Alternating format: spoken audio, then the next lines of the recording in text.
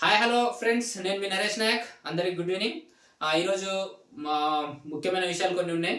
మొన్న మండల్లో కల్వకుంట్ల కవిత ఎమోషనల్గా ఇచ్చిన స్పీచ్, అలాగే కేసీఆర్ అసెంబ్లీకి రాకపోవడం, అలాగే చివరి ఇంకో 2 రోజులు అసెంబ్లీ వాయిదా పడడం సమావేశంలో కూడా బీఆర్ఎస్ నాయకులు ఎవరు రాలేదు. హరీష్ రావు కావచ్చు, కేటీఆర్ కావచ్చు, సబితా ఇంద్రారెడ్డి కావచ్చు, ఎవరు రాలేదు. సరే, ఆ విషయం కూడా కొద్దిగా మాట్లాడుకుందాం. అలాగే పేపర్లో వచ్చిన హెడ్లైన్స్ ఏంటో అవి కూడా తెలిసి మీకు ఈరోజు వివరంగా చెప్తా ఏం జరుగుతుంది ఏందనేది. ఓకే మిత్రులారా, సాంకేతిక దినపత్రిక తీసుకుంటే సత్యమేవ జయతే.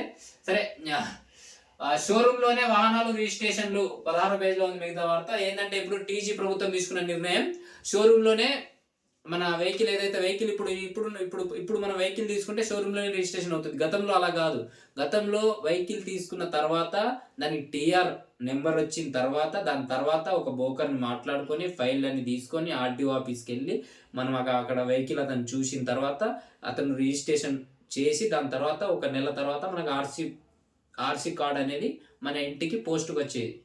అదంతా కాకుండా ఇక్కడ డైరెక్ట్గా షోరూంలోనే రిజిస్ట్రేషన్ చేసే ప్లాన్లో రాష్ట్ర ప్రభుత్వం తీసుకుంటుంది. ఇది మంచి నిర్ణయమే. ఓకే, ఇంకా నెక్స్ట్, అమెరికా దాడితో 100 మంది మృతి. అమెరికా దాడితో 100 మంది మృతి అయి మిగతా వార్త 6వ పేజీలో ఉంది. ఇంకా ఉమెన్స్ ఐపీఎల్ స్టార్ట్ అవబోతుంది. దాన్ని ఈ రోజు నుంచే 6:45 నుంచి ఈవినింగ్ జియో హాట్స్టార్లో వచ్చే ఛాన్స్ ఉంది. మ్యాచ్ చూడాలనుకునే వాళ్ళు ఉమెన్ ఐపీఎల్ అది. ఇంకా మెయిన్ వార్తల్లోకి వెళ్తే, సంజీవిని తాకట్టు పెట్టారు. నెల్లూరు జిల్లాకు, రాయలసీమకు ఎత్తిపోతల ఇన్సూరెన్స్ లాంటిది. ఇలాంటి పథకాన్ని బాబు తాకట్టు పెట్టారు. చెప్పేవన్నీ అబద్ధాలు, చేసేవి దొంగ పనులు. నిప్పులు చెరిగిన వైఎస్ జగన్మోహన్ రెడ్డి చెప్తున్న మాటలు అంటే ఇవి. ఏంటంటే, సంజీవిని తాకట్టు పెట్టారని చెప్పేసి జగన్మోహన్ రెడ్డి ఆవేదన వ్యక్తం చేస్తున్నారు. ఆంధ్రప్రదేశ్లో ప్రతిపక్ష హోదా కూడా లేదు అతనికి. కాకపోతే అతనికి ఒక సొంత పార్టీ ఉంది కాబట్టి. సరే, ఏదేమైనా కానీ సాక్షి దినపత్రిక వాళ్ళదే కాబట్టి ఆయనకు ఒక వార్త హెడ్లైన్గా వేశారు. సరే, అది ఏంటనేది జగన్మోహన్ రెడ్డి చెప్పిన వార్త, ఈ పేపర్లో వచ్చిన వార్త అయితే జగన్మోహన్ రెడ్డి చెప్తుంది ఏంటంటే, చెప్పేటివన్నీ అబద్ధాలు, చేసేవన్నీ దొంగ పనులు అని చెప్పి కొద్దిగా ఘాటుగానే సమాధానం చెప్పారు టీడీపీకి. సరే, నెక్స్ట్, ఈసారి 500% రష్యా నుంచి చమురు కొంటే సుంకాల వేత. భారత్ చైనాను కట్టడి చేయడమే లక్ష్యంగా అమెరికా చర్యలు. ఇది హైలైట్. ట్రంప్, మనం అనుకుంటాం కానీ ట్రంప్ భారతదేశానికి కానీ మన ఇండియా, చాలా మంది మన ఇండియా నుంచి యువత చాలా మంది అమెరికాకి చదవడానికి కానీ అక్కడ ఏదైనా ఉద్యోగం చేయడానికి వెళ్తూ ఉంటారు. కానీ అమెరికా మనకి ముమ్మాటికి శత్రువు దేశమే. అదేంటంటే, ఏ దేశం వాళ్ళు ఎక్కువ వాళ్ళ దగ్గర నుంచి యుద్ధానికి ఆయుధాలు కొనుక్కుంటారో వాళ్ళకి సపోర్ట్గానే వాళ్ళు నిలుస్తారు తప్ప మనకి ఇండియాకి ఏమాత్రం సహకారం ఉండదు. మన మోడీ చేయబట్టి ఇదంతా పెంట.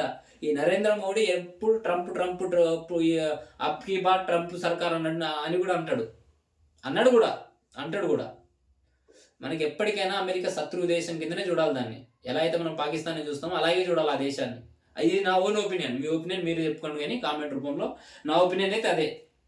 ఇప్పుడు ఎవరి మీద 10 లక్షల కోట్లు ఎవరి మీద భారం పడుతుంది? ఆలోచించండి మిత్రులారా, ఎవరి మీద పడుతుంది ఈ భారం?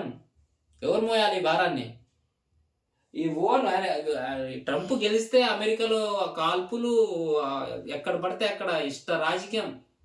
ఆ దేశంలో వాళ్ళని మొక్కాల. నిజం చెప్పాలంటే ఎందుకు గెలిపించారో కూడా అర్థం కదా డొనాల్డ్ ట్రంప్ని. వయసు నాకు తెలిసి 78 ఏళ్ళు దాటిపోయి ఉంటుంది. సరే, నెక్స్ట్ వార్తల్లోకి వెళ్తే, ఉపాధిని దెబ్బతీస్తే సహించం. ఉపాధి హామీ పథకాన్ని పునరుద్ధరించేలా వరకు పోరాటం ఆగదు. ఫిబ్రవరి 3 నుంచి 9 జిల్లాల్లో భారీ బహిరంగ సభలు. టీపీసీసీ విస్తృత స్థాయి సమావేశంలో ముఖ్యమంత్రి రేవంత్ రెడ్డి. ములుగు సభకు సోనియా, రాహుల్, ప్రియాంకను ఆహ్వానిస్తున్నామని వెల్లడి. మిగతా వార్త 2వ పేజీలో ఉంది మిత్రులారా. ఏంటంటే, ఉపాధి హామీ ఇప్పుడు ఏంటంటే, ఇప్పుడు రాబోయే ఎండాకాలంలో ఉపాధి హామీ పనులకి మనము ఉపాధి హామీ పనులు చేసుకునే వాళ్ళకి దానికి కేంద్రం అడ్డుపడుతుందని చెప్పేసి ముఖ్యమంత్రి చెప్తున్న విషయం. అది ఎల్లకాలం ఏ సంవత్సరమైనా ఉపాధి హామీ పనికి ఎటువంటి ముఖ్యమంత్రి మీరు చెప్పాల్సిన అవసరం లేదు. అది ఎటు పోదు ఉపాధి హామీ పనులన్నీ జరుగుతూనే ఉంటాయి. అది ఎవరికి ఏ ఏ ఏ ఊరికి వెళ్ళినా కానీ ఉపాధి హామీ పనులు అనేది ఎర్లీ మార్నింగ్ సమ్మర్లో ఆ డబ్బులు మనయే కాబట్టి ఉచితంగా ప్రజలకు ఇస్తే ఉచితంగా ప్రజలకు ఇవ్వడం ఎందుకు, వాళ్ళతో ఏదో కొద్దిగా రోడ్లు కానీ ఏదైనా గుంతలు ఉంటే వీటిని బాగు చేయించుకోవాలని చెప్పి ఆ నిర్ణయం. అది ఇప్పుడు కాదు, గత కాంగ్రెస్ మన్మోహన్ సింగ్ ప్రధాని ఉన్నప్పటి నుంచి తీసుకున్న నిర్ణయాలే. మీరు కొత్తగా చెప్పడం ఏంది ముఖ్యమంత్రి రేవంత్ రెడ్డి గారు? ఈ ఉపాధి హామీ మీద మీరు సంఖ్యలు ఏర్చడం, ఏదో దానికి కేంద్రం అడ్డుపడుతుందని చెప్పేయడం. మొన్న ఒక మాట అంటూ బనక చెరగల నుంచే నేను నీళ్ళు తెచ్చుకుంటాం, ఎవడంటే వస్తాడో చూసుకుంటామని చెప్పి నువ్వే అన్నావు కదా ముఖ్యమంత్రి గారు. మరి ఇప్పుడు కృష్ణా జలాలు వస్తే డైరెక్ట్ బనక చెరలనే కదా, అక్కడ నుంచి 70 TMCలు తరలిస్తాను, ఎవడంటే వస్తాడో చూస్తా అని చెప్తున్నారు. నీకు బాబుకి మధ్య ఉన్న ఒప్పందం ఇప్పుడు ఇక్కడ కేటీఆర్ అంటున్నాడు. కేటీఆర్ ఇక్కడ రాహుల్ని ముద్దపప్పు అన్నది రేవంతేనని కేటీఆర్ అంటున్నాడు. ఇది ఎంతవరకు వాస్తవం మిత్రులారా? ఇగో దమ్ముంటే గాంధీ కుటుంబాన్ని తిట్టిన రేవంత్ను నిలదీయండి. 6 గ్యారెంటీలను అమలుపై ప్రశ్నిస్తూనే ఉంటాం. బాబుకు భయపడే పాలమూరుపై పగ. పార్టీలో పలువురి చేరిక సందర్భంగా తెలంగాణ భవన్లో కేటీఆర్. అక్కడ వచ్చింది ఎవరు లేరులే కానీ సరే, మొత్తానికి ఏదేమైనా కానీ రాహుల్ని ముద్దపప్పు అని రేవంతే ముందన్న అన్నాడు. అది వాస్తవం, కరెక్ట్. కేటీఆర్ అన్న దాంట్లో తప్పలేదు. అది ఆ గతంలో అన్నాడు. ఎప్పుడు తెలుగుదేశం పార్టీ అప్పుడు ఎన్డీఏ కూటమిలో రేవంత్ రెడ్డి తెలుగుదేశం పార్టీలో ఎమ్మెల్యే ఉన్నప్పుడు అప్పుడు అన్నాడు. అంతేందుకు సోనియా గాంధీనే బలిదేవత అన్నాడు. ఇంకేం ఆ వీడియోలు కూడా ఉన్నాయి, కావాలంటే నేను పెడతాను. నాకు చెప్పాను కదా, ఆర్థరేష్ నరేష్ నాయక్ 4122 ఛానల్ని మీరు సబ్స్క్రైబ్ చేసుకోండి, దాంట్లో ఉంటుంది. నేను దాంట్లో కూడా పెడతా. ఆ రోజు అన్నాడు, ఏ వానకి ఆ గొడుగు పడతాడు ముఖ్యమంత్రి రేవంత్ రెడ్డి గారు. విమర్శిస్తున్నాను కాదు రేవంత్ రెడ్డిని, రాష్ట్ర ముఖ్యమంత్రి. నేను ఆయనకు మన తెలంగాణ రాష్ట్ర ముఖ్యమంత్రికి నేను సంపూర్ణమైన మద్దతు ఇస్తాను. సంపూర్ణంగా మన తెలంగాణ రాష్ట్రం రేజింగ్ లాగా ముందుకెళ్ళాలని నేను కోరుకుంటాను తప్ప వ్యతిరేకతంగా ఏ రోజు మాట్లాడను. నేను కేసీఆర్ని కూడా ఏ రోజు వ్యతిరేకంగా నేను మాట్లాడలా. ఎందుకంటే ఇప్పటికైనా తెలంగాణ రాష్ట్రం ఏర్పడిందంటే అది కల్వకుంట్ల చంద్రశేఖరరావు అని చెప్పి నేను చాలాసార్లు చెప్పిన. దానికి 1200 మంది ఆత్మ బలిదానాల మీద ఏర్పడింది తెలంగాణ అని చెప్పి కొంతమంది అంటున్నారు. కానీ ముందుంచి నడిపించిన వాడే నాయకుడు అవుతాడు. ముందుండి నడిపించి నిరాహార దీక్ష చేసి 42 రోజులు సకల జనుల సమ్మె చేసి స్కూల్స్ పాఠశాలలు రాస్తారోకోలు చేసి ఆ రోజు అరణ్య ఘోషం ఏంటంటే విద్యార్థులు రోడ్ ఎక్కినప్పుడు, ఇప్పుడు ఈ గవర్నమెంట్ అయినా ఆయనే అంతే. గవర్నమెంట్ ప్రజలకు నచ్చకపోతే ప్రజలు రోడ్ ఎక్కితే ప్రభుత్వాలు కుప్పలు కూడడమే. మనం మొన్న చూసినాం కదా నేపాల్లో ఏం జరిగింది. డైరెక్ట్ పార్లమెంట్లోనే కాల్పులు జరిగి అక్కడ ఉన్న ప్రధాని అక్కడికక్కడికి వెళ్ళిపోయాడు, విమానం ఎక్కి విదేశాల్లో వెళ్ళిపోయాడు. ప్రజలు తిరగబడ కంటే ముందే వీళ్ళ పప్పులు ఉడుకుతాయి. తిరగబడితే వీళ్ళ పప్పులే ముడుగవు మిత్రులారా. ఓకే, ఇంకోటి ఏంటంటే ఇక్కడ మాజీ సీఎం కేసీఆర్ను జాతరకు ఆహ్వాన పత్రిక అందజేస్తున్న మంత్రులు ధనుసూర్య, సీతక్క, కొండా సురేఖ.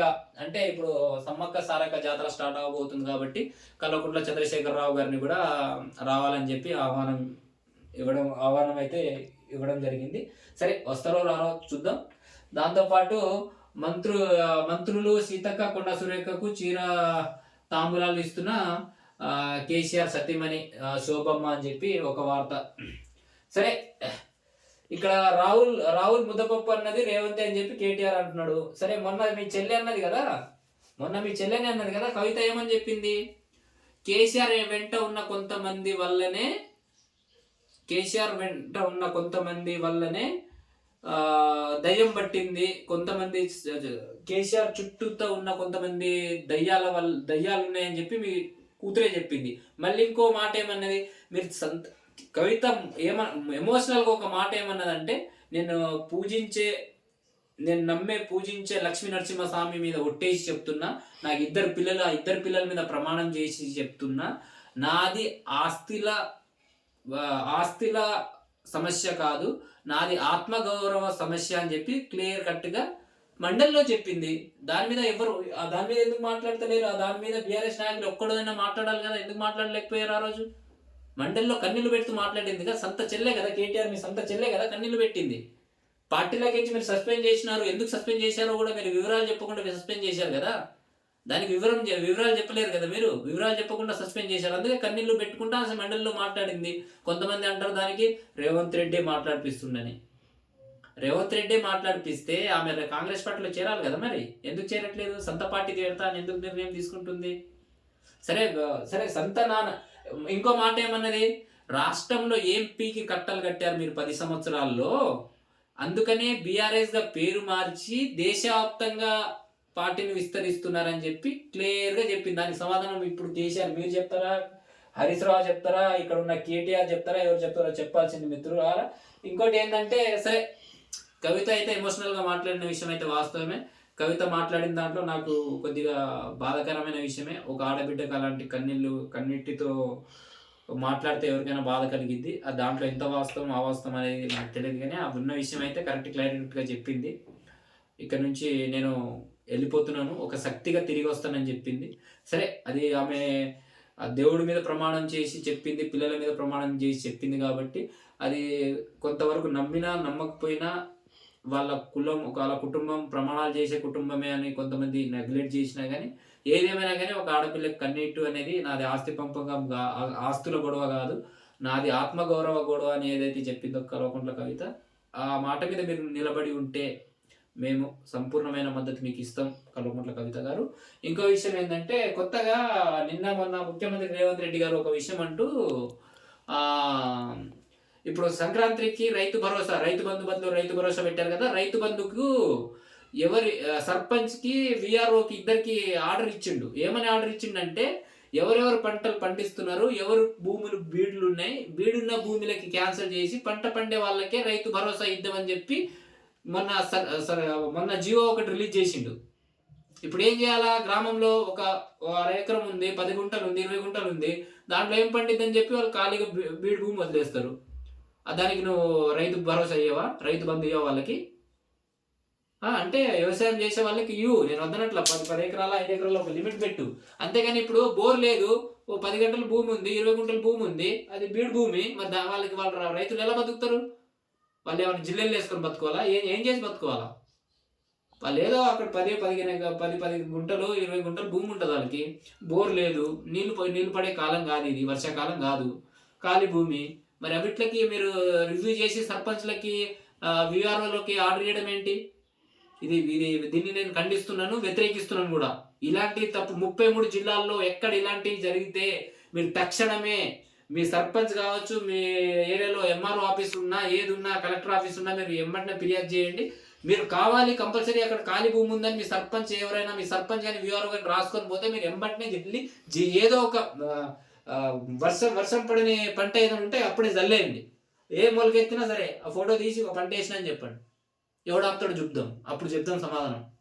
గడ్డి పండించినా గడ్డి పండిస్తున్నాం రా నాయన, గడ్డి కోసి బర్రెలకు వేస్తున్నాం అని చెప్పండి. వీళ్ళకి బుద్ధి వస్తుంది. పేదోళ్ళ పొట్ట కొట్టడం ఏంద్రా నాయన, బుద్ధి లేకపోతే సరే. వాళ్ళు ఎంత వాళ్ళకు తక్కువ భూమి ఉన్న వాళ్ళకి 10 గుంటలు 20 గుంటలు 25 గుంటలు ఉన్న వాళ్ళకు మీరు ఇలాంటి అన్యాయాలు చేసి విఆర్ఓలను సర్పంచ్లను ముందు పెట్టి సర్వే చేసుకొని తీసుకొస్తే వాళ్ళకే నేను రైతు బంధు ఇస్తా అంటే ఏం కండిషన్ పెడుతున్నావు నువ్వు? ఎవరిని ఇంకా పేదోళ్ళుగానే చూడాలనుకుంటున్నావా? నువ్వే అన్నావు కదా 2047 కల్లా భారతదేశంలోనే మన రేజింగ్ తెలంగాణ, దాంతోపాటు మన 2047 మన విజన్ డాక్యుమెంట్ మనం అభివృద్ధి చెందిన దేశం కింద డిక్లేర్ అని. డిక్లేర్ రా నాయన, ఇప్పుడే నేను స్పష్టంగా చెప్తున్నా, మీతో సాధ్యం కాని పని, అది డిక్లేర్ అవ్వదు. నేను మొన్న కూడా మొత్తుకున్నా, 2047 అనే విజన్ ఫెయిలు, 100% ఫెయిలు.